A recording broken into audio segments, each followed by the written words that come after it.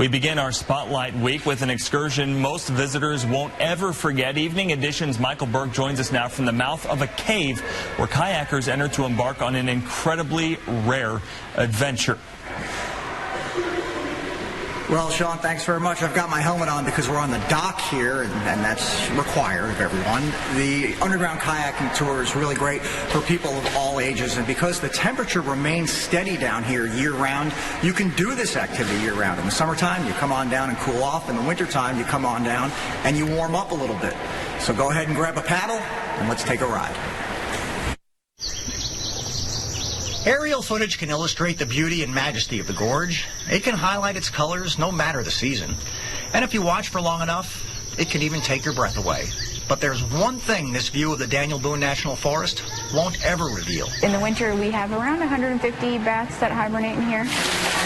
Can't reveal what goes on underneath the gorge. So the limestone was sort of everything in the ocean that was comprised of calcium. Yes, sir. A one-hour history lesson about Kentucky when it was an uninhabitable ocean water mass millions of years ago. The Gorge Underground Kayak Tour has been around since 2015. That's when General Manager Heather Warman started working here. This is over 5 miles of tunnels. We have huge rainbow trout in here. They are one of the attractions that reel in thousands of visitors each year. They were bigger than I expected. That's definitely my favorite part of the tour, is just seeing how monstrous some of the fish are. Drew started working here years ago. He loves that during the summer months you can come in and cool off. It's 55 degrees under the gorge. During the winter, it's a nice way to warm up because the temperature remains 55 degrees year-round.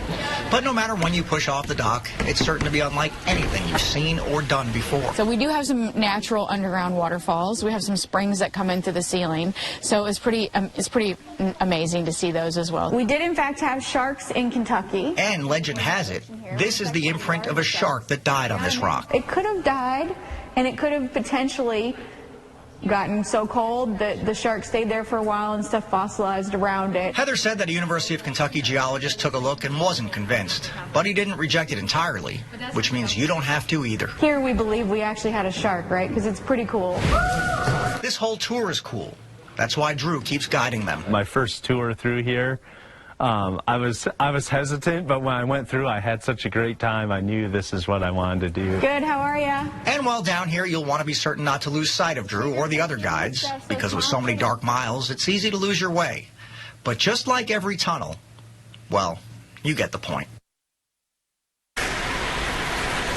And we're back live at the Gorge Underground. Now, despite the fact that this is an activity that you can do year-round, summer is, in fact, obviously the busy season.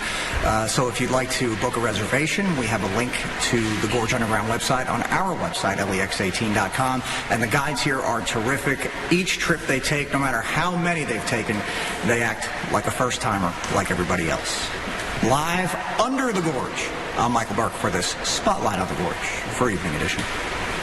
All righty, thank you, Michael. All this week here on Evening Edition, we'll be featuring places that make the Red River Gorge unique, from tree-top cabins to one of the largest collections of venomous snakes in the world. I'll show you the area's world-class rock climbing on Wednesday, and we will finish it off the way the best gorge trips end, with a trip to Miguel's Pizza. That is all this week on